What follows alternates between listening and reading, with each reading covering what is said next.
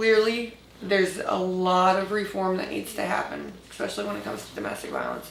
Piece of paper is just a piece of paper. It doesn't stop anyone from hurting you. And until you've been in that situation to understand why people don't leave or how hard it is for them to leave, you know, you can't grasp it. I used to say people were stupid.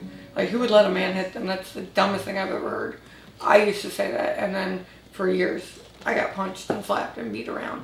My husband was very abusive, but not when we first met. When, you know, obviously, because no one would stay with someone if they mistreated him in the beginning.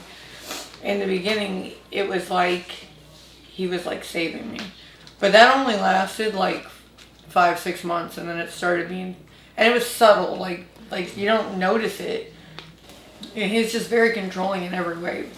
That's the first time he put me in the hospital. I was 6 months pregnant with Lissa, but he had come home that night until he had stopped somewhere and been drinking, and he ended up putting me in the hospital, beat me to the point that when I looked at myself in the mirror, I didn't even know who I was. My entire face was purple, swollen. I had knots on the top of my head for weeks. It was bad. So, I mean, and that was kind of my life with him. We'd have these great periods, and then it would be terrible. Each time got worse and worse and worse, to the point that I knew he was going to kill me because he told me he was going to kill me. I called the police to tell them that he was breaking this restraining order and that what he was saying, and like I said, they told me, you know, what do you want us to do? He's already in jail. And then he bonded and shot me.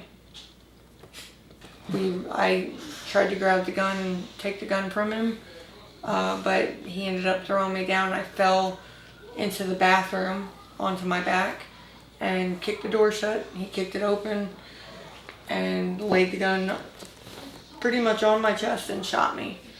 He didn't say a word to me the whole night. He just looked at me and then turned off and walked off. So I picked up my guts and I was trying to walk out of the house. When I got to my kitchen area, I heard him behind me. I turned around and it was him. But you know, I was really dizzy, all the blood loss, and your equilibrium was really off, you know, with your insides outside, and so I ended up falling down as he shot me the second time. So instead of it hitting me straight on, it saved my life because I fell and ended up hitting me at the angle and taking off this whole side of my face.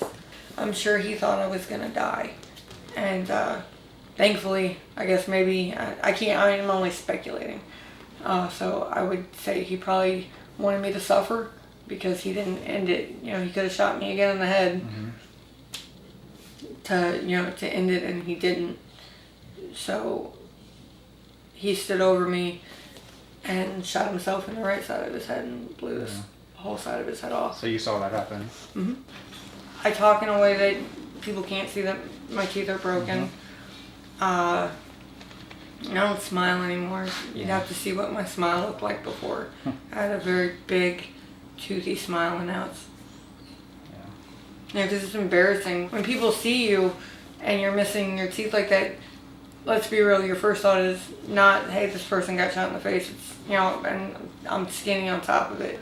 So a lot of people have asked me, like, about drugs. I don't do drugs. It's embarrassing to me to have people ask me things like that to begin with. I mean, at one point, like, I honestly was kind of pretty suicidal about it because it was like, one more thing. I live in constant physical pain. Still have pretty severe PTSD and nightmares, you know, from what happened. I've lost 22 pounds. Since when? And just the 22 pounds I lost, that's in the last 3 months. And that's just because it's gotten so bad. Like I told you, my mouth keeps swelling up. And I can't eat. The bullets have killed all the roots in my teeth. So, you know, they're just dying.